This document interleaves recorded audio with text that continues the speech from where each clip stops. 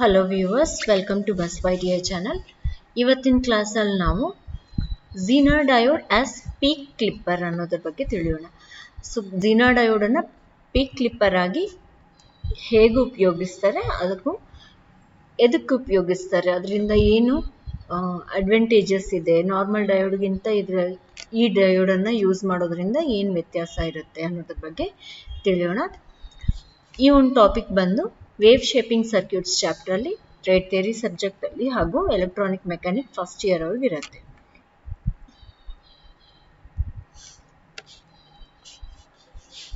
So Zener diode clipping circuits. So Zener ಡಯೋಡನ್ನು use ಮಾಡಿಕೊಂಡು clipping ಸರ್ಕ್ಯೂಟ್ಸನ್ನು ಡಿಸೈನ್ ಮಾಡೋದಕ್ಕೆ ನಮ್ಗೆ ಏನು ಬೇಕು, ಅದರಿಂದ ಏನು ಉಪಯೋಗ ಇದೆ ಅನ್ನೋದನ್ನ ತಿಳಿಯೋಣ. First ನೋಡೋದಾದ್ರೆ, the use of a bias voltage means that the amount of voltage waveform that is clipped off can be accurately controlled. But one of the main disadvantage of using voltage biased diode clipping circuits is that they need an additional EMF battery source, which may or may not be a problem. So ಏನು ಹೇಳ್ತಾ ಇದ್ದಾರೆ, ಈ ಒಂದು bias ವೋಲ್ಟೇಜನ್ನು ನಾವು ಹಿಂದಿನ ಕ್ಲಾಸಲ್ಲೆಲ್ಲ ನಾವು ನೋಡಿದ್ವಿ. Diode biased clipping circuits, positive biased clipping circuits, negative biased diode clipping circuits, ಇವೆಲ್ಲ ನೋಡಿದ್ವಿ ನಾವು. ಸೊ ಬಯಾಸ್ಡ್ ಕ್ಲಿಪ್ಪಿಂಗ್ ಸರ್ಕ್ಯೂಟ್ಸ್ ಅಂದರೆ ಏನು, ಎಡಿಷ್ನಲ್ EMF ಅನ್ನು ಅಪ್ಲೈ ಮಾಡ್ತೀವಿ ನಾವು. ಸೊ ಈ ರೀತಿ ಮಾಡೋದ್ರಿಂದ ನಮಗಿರುವಂತಹ ಒಂದು ಅಡ್ವಾಂಟೇಜ್ ಏನಪ್ಪ ಅಂತಂದರೆ, ಎಷ್ಟು ಅಮೌಂಟ್ ಆಫ್ ವೋಲ್ಟೇಜ್ ಔಟ್ಪುಟ್ಟಲ್ಲಿ ಕ್ಲಿಪ್ ಆಗಬೇಕು ಅನ್ನೋದು ಅಕ್ಯುರೇಟ್ ಆಗಿ ನಾವು ಕಂಟ್ರೋಲ್ ಮಾಡ್ಬೋದು. ಆದರೆ ಅದಕ್ಕೆ ಆದಂತಹ ಒಂದು ಸೂಕ್ತ ಡಿಸಡ್ವಾಂಟೇಜೂ ಇದೆ. ಅದು ಏನು ಅನ್ನೋದು ನೋಡೋದಾದರೆ, ಈ ರೀತಿ ನಾವು ಬಯಾಸ್ಡ್ ಸರ್ಕ್ಯೂಟ್ಗಳನ್ನು ಕನ್ಸ್ಟ್ರಕ್ಟ್ ಮಾಡಬೇಕು ಅಂತಂದರೆ ಅಡಿಷ್ನಲ್ EMF ಬ್ಯಾಟ್ರಿ ಸೋರ್ಸ್ ಬೇಕಾಗತ್ತೆ. ಸೊ ಅದು ಕೆಲವೊಂದು ಸತಿ ಸಾಧ್ಯ ಆಗುತ್ತೆ, ಕೆಲವೊಂದು ಸತಿ ಅಡಿಷ್ನಲ್ EMF ನಾವು ಸಪ್ಲೈ ಮಾಡೋದಕ್ಕೆ ಸಾಧ್ಯ ಆಗಲ್ಲ. ಸೊ ಇದು ಒಂದು ಮೇನ್ ಡಿಸಡ್ವಾಂಟೇಜ್. ಸೊ ಅದರಿಂದ ನಮಗೆ ಸರ್ಕ್ಯೂಟ್ ಇದು ಕಾಂಪ್ಲಿಕೇಟೆಡು ಆಗುತ್ತೆ. ಸೊ ಈ ರೀತಿ ಎಲ್ಲ ನಾವು ನೋಡಿದಾಗ ಇದೊಂದು ಮೇನ್ ಡಿಸಡ್ವಾಂಟೇಜ್ ಅಂತ ಹೇಳ್ಬೋದು. One easy way of creating biased diode clipping circuits without the need of additional EMF supply is to use Zener diodes. ಒಂದು easy way, additional EMF supplies ಏನು ಬ್ಯಾಟ್ರಿ ಸೋರ್ಸ್ಗಳನ್ನು ಬಳಕೆ ಮಾಡಲಾರ್ದಂಗ ಬಯಾಸ್ಡ್ ಸರ್ಕ್ಯೂಟ್ಗಳನ್ನು ಕನ್ಸ್ಟ್ರಕ್ಟ್ ಮಾಡೋದಕ್ಕೆ ಒಂದು easy way ಅನ್ನೋದನ್ನ ನೋಡೋದಾದ್ರೆ ನಾವು Zener ಡಯೋಡ್ಗಳನ್ನು ಬಳಕೆ ಮಾಡೋದು ಅಂತ ಹೇಳ್ಬೋದು. ಸೊ ಯಾವುದೇ ಥರದ battery source, additional EMF battery ಸೋರ್ಸನ್ನು ಬಳಕೆ ಮಾಡಲಾರ್ದಂಗ ನಾವು ಝೀನರ್ ಡಯೋಡನ್ನು ಬಳಕೆ ಮಾಡೋದ್ರಿಂದ ನಾವು ಬಯಾಸ್ ಕ್ಲಿಪ್ಪಿಂಗ್ ಸರ್ಕ್ಯೂಟ್ಗಳನ್ನು ಕನ್ಸ್ಟ್ರಕ್ಟ್ ಮಾಡ್ಬೋದು. The Zener diode is another type of diode that has been specially manufactured to operate in its reverse bias breakdown region and as a so ಏನು ಹೇಳ್ತಾ ಇದ್ದಾರೆ, ಝೀನರ್ ಡಯೋಡ್ ಅನ್ನೋದು ನಮ್ಗೆ ಗೊತ್ತಿದ್ದ ಹಾಗೆ ಒಂದು special type of diode. So as we all know, diode ಅಂದರೆ ಏನು, ಝೀನರ್ ಡಯೋಡ್ ಅಂದರೆ ಏನು, ಝೀನರ್ ಡಯೋಡ್ಗೂ ಏನು ವ್ಯತ್ಯಾಸ ಇದೆ ಅಂತಂದರೆ, ಡಯೋಡ್ ಅನ್ನೋದು ಫಾರ್ವರ್ಡ್ ಬಯಾಸ್ ಕಂಡೀಷನಲ್ಲಿ ಅಷ್ಟೇ ಮಾತ್ರ ವರ್ಕ್ ಆಗುತ್ತೆ. ಬೇರೆ ಝೀನರ್ ಡಯೋಡ್ ನೋಡೋದಾದರೆ ರಿವರ್ಸ್ ಬಯಾಸ್ ಸ್ಟೇಟಲ್ಲಿ ಬ್ರೇಕ್ ಡೌನ್ ರೀಜನ್ ಅಲ್ಲಿ ವರ್ಕ್ ಆಗೋದಕ್ಕೆ ಮ್ಯಾನುಫ್ಯಾಕ್ಚರ್ ಮಾಡ್ತಾರೆ. ಸೊ ಈ ಒಂದು ಡಯೋಡ್ ಬಂದು ಝೀನರ್ ಡಯೋಡ್ ಅನ್ನೋದು ರಿವರ್ಸ್ ಬಯಾಸ್ ಸ್ಟೇಟ್ ಅಲ್ಲಿನೂ ವರ್ಕ್ ಆಗುತ್ತೆ.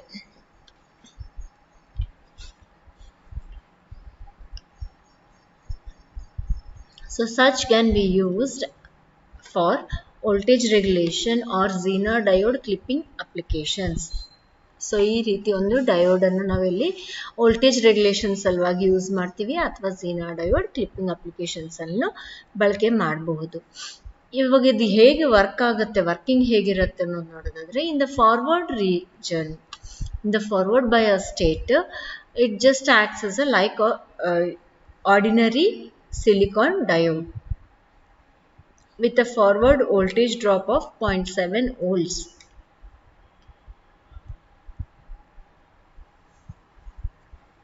ಫಾರ್ವರ್ಡ್ ರೀಜನ್ ಅಲ್ಲಿ ನಮ್ಗೆ ಏನಾಗುತ್ತೆ, ಈ ಒಂದು ಝೀನರ್ ಡಯೋಡ್ ನಾರ್ಮಲ್ ಡಯೋಡ್ ಹೇಗೆ ಆಕ್ಟ್ ಆಗುತ್ತೆ ಅದೇ ರೀತಿ ಈ ಒಂದು ನಾರ್ಮಲ್ ಡಯೋಡ್ ವರ್ಕಿಂಗ್ ಕಂಡೀಷನ್ ಇರುತ್ತೆ.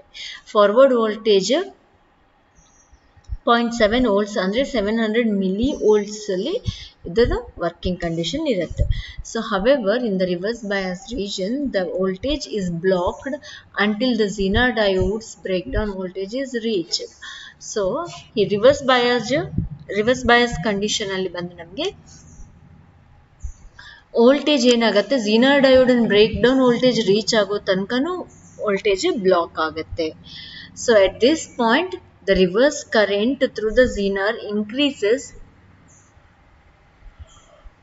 sharply, but the zener voltage Vz across the device remains constant even if the zener current Iz varies. So ಏನು ಹೇಳ್ತಾ ಇದ್ದಾರೆ, ಈ ಒಂದು ಕಂಡೀಷನ್ ಅಲ್ಲಿ ಅಂದರೆ ರಿವರ್ಸ್ ಬಯಾಸ್ ರೀಜನ್ ಅಲ್ಲಿ ವೋಲ್ಟೇಜ್ ನಾರ್ಮಲ್ ವೋಲ್ಟೇಜ್ ಏನಿದೆ ಅದು ಬ್ಲಾಕ್ ಆಗುತ್ತೆ. ಯಾವಾಗ ತನಕ ಬ್ಲಾಕ್, ಬ್ರೇಕ್ ಡೌನ್ ವೋಲ್ಟೇಜ್ ಏನಿದೆ ಅದು ರೀಚ್ ಆಗೋ ತನಕನೂ ಉಳಿದಿರೋ ಎಲ್ಲ ವೋಲ್ಟೇಜು ಬ್ಲಾಕ್ ಆಗುತ್ತೆ.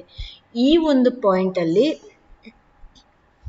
ರಿವರ್ಸ್ ಕರೆಂಟ್ ಝೀನರ್ ಡಯೋಡ್ ಅಲ್ಲಿ ಏನಾಗುತ್ತೆ, ಫುಲ್ ಇನ್ಕ್ರೀಸ್ ಆಗುತ್ತೆ, ಶಾರ್ಪ್ ಆಗಿ ಇನ್ಕ್ರೀಸ್ ಆಗುತ್ತೆ. ಆದ್ರೂ ಝೀನರ್ ವೋಲ್ಟೇಜ್ ಏನಿದೆ Zener diode across the device ನಮಗೆ ಕಾನ್ಸ್ಟೆಂಟ್ ಉಳ್ಕೊಳ್ಳುತ್ತೆ. ಝೀನರ್ ಕರೆಂಟ್ ವೇರಿ ಆದ್ರೂ ವೋಲ್ಟೇಜ್ ಅನ್ನೋದು ನಮಗೆ ಝೀನರ್ ಡಯೋಡ್ ಅಲ್ಲಿ ಕಾನ್ಸ್ಟೆಂಟ್ ಉಳ್ಕೊಳ್ಳುತ್ತೆ. ಸೊ ಯಾವಾಗ ತನಕ ಅಂತಂದ್ರೆ ನಾವು ಇನ್ಪುಟ್ ವೋಲ್ಟೇಜ್ ಏನು ಕೊಟ್ಟಿರ್ತೀವಿ ಅದು ಬ್ರೇಕ್ ಡೌನ್ ವೋಲ್ಟೇಜ್ ಏನಿರುತ್ತೆ ಝೀನರ್ ಡಯೋಡ್ದು ಅಂದರೆ 0.7 ವೋಲ್ಟ್ಸ್ ಅದು ರೀಚ್ ಆಗೋ ತನಕನೂ ನಮಗೆ ಉಳಿದಿರೋ ಇನ್ಪುಟ್ ವೋಲ್ಟೇಜನ್ನು ಸ್ಟಾಪ್ ಆಗತ್ತೆ, ಬ್ಲಾಕ್ ಆಗತ್ತೆ.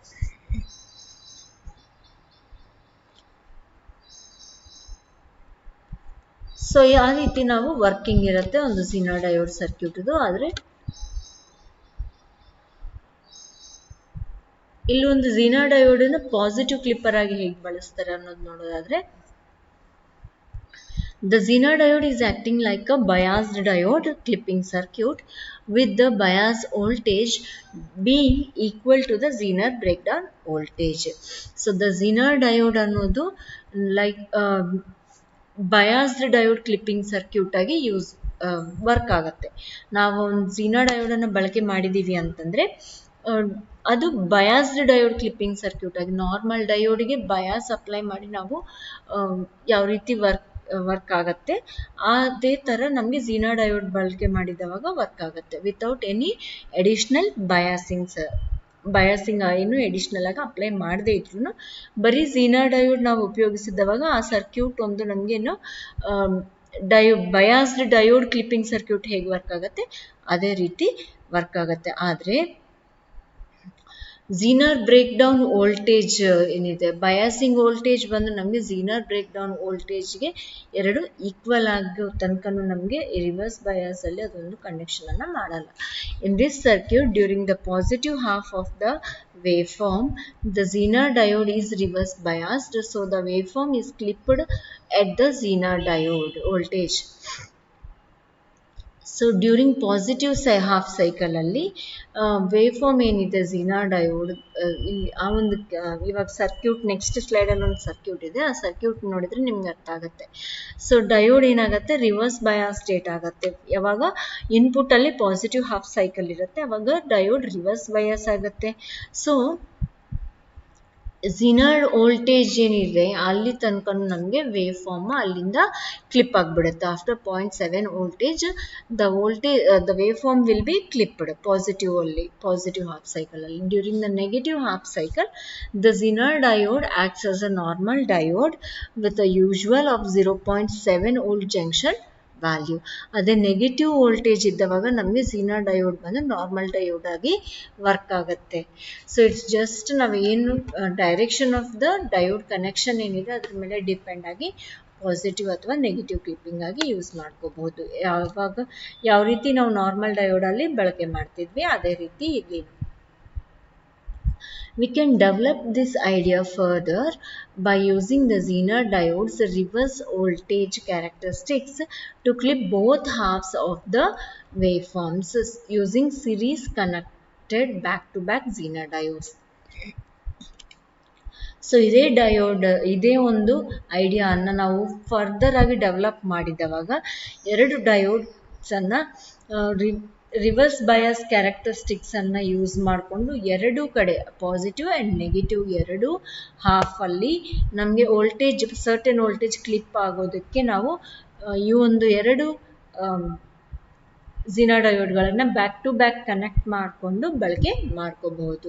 ಅಂದರೆ ಒಂದೇ ಸರ್ಕ್ಯೂಟಲ್ಲಿ ನಾವು ಡಯೋಡನ್ನು ಯಾವ ರೀತಿ ಎರಡು ಡಯೋಡ್ಗಳನ್ನು ಕನೆಕ್ಟ್ ಮಾಡಿ ಪಾಸಿಟಿವ್ ಆ್ಯಂಡ್ ನೆಗೆಟಿವ್ ಕ್ಲಿಪ್ಪರ್ಸ್ ಆಗಿ ಯೂಸ್ ಮಾಡ್ತಿದ್ವಿ ಅದೇ ರೀತಿ ನಾವಿಲ್ಲಿ ಏನು ಮಾಡ್ಬೋದು, ಝೀನರ್ ಎರಡು ಡಯೋಡನ್ನು ಬ್ಯಾಕ್ ಟು ಬ್ಯಾಕ್ ಕನೆಕ್ಟ್ ಮಾಡಿ ನಾವು ಎರಡು ಒಂದು ಪಾಸಿಟಿವ್ ಅಲ್ಲಿ ಹಾಗೂ ನೆಗೆಟಿವ್ ಹಾಫ್ ಸೈಕಲ್ಸ್ ಅಲ್ಲಿನೂ ಕ್ಲಿಪ್ಪಿಂಗ್ ಅನ್ನ ಮಾಡಬಹುದು. ಅದು ಹೇಗೆ ಅನ್ನೋದನ್ನ ನೋಡೋಣ ಸರ್ಕ್ಯೂಟಲ್ಲಿ. ಸೊ ನೋಡಿ, ಇಲ್ಲಿ ಇದು ಬಂದು positive Zener diode positive Zener clipping circuit ಅಂತ ಹೇಳ್ತೀವಿ, ಝೀನರ್ ಡಯೋಡ್ ಕ್ಲಿಪ್ಪಿಂಗ್ ಸರ್ಕ್ಯೂಟ್ ಅಂತ ಹೇಳ್ತೀವಿ. ಸೊ ಇದರಲ್ಲಿ ಪಾಸಿಟಿವ್ ಅಲ್ಲಿ ನಮ್ಗೆ ಏನಾಗುತ್ತೆ, ವೋಲ್ಟೇಜ್ ಕಟ್ ಆಗುತ್ತೆ. ನಾವು ಈ ರೀತಿಯ ಕನೆಕ್ಟ್ ಮಾಡಿರೋದ್ರಿಂದ ಪಾಸಿಟಿವ್ ಇಲ್ಲಿ ಅಪ್ಲೈ ಆಗುತ್ತೆ, ಪಾಸಿಟಿವ್ ಹಾಫ್ ಸೈಕಲ್ಗೆ ಪಾಸಿಟಿವ್ ಆ್ಯಂಡ್ ನೆಗೆಟಿವ್ ಅಪ್ಲೈ ಆಗುತ್ತೆ. ಝೀನರ್ ಡಯೋಡ್ ರಿವರ್ಸ್ ಬಯಾಸ್ ಅಲ್ಲಿ ವರ್ಕ್ ಆಗುತ್ತೆ.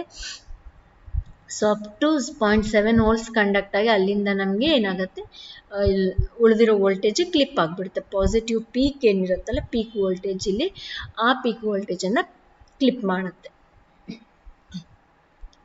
And double Zener diode clipping ಅಂದರೆ ಏನು, ಎರಡು ಕಡೆನೂ ಪಾಸಿಟಿವ್ ಪೀಕ್ ಹಾಗೂ ನೆಗೆಟಿವ್ ಪೀಕ್ ಕ್ಲಿಪ್ ಆಗೋದಕ್ಕೆ ನಾವು ಈ ಸರ್ಕ್ಯೂಟನ್ನು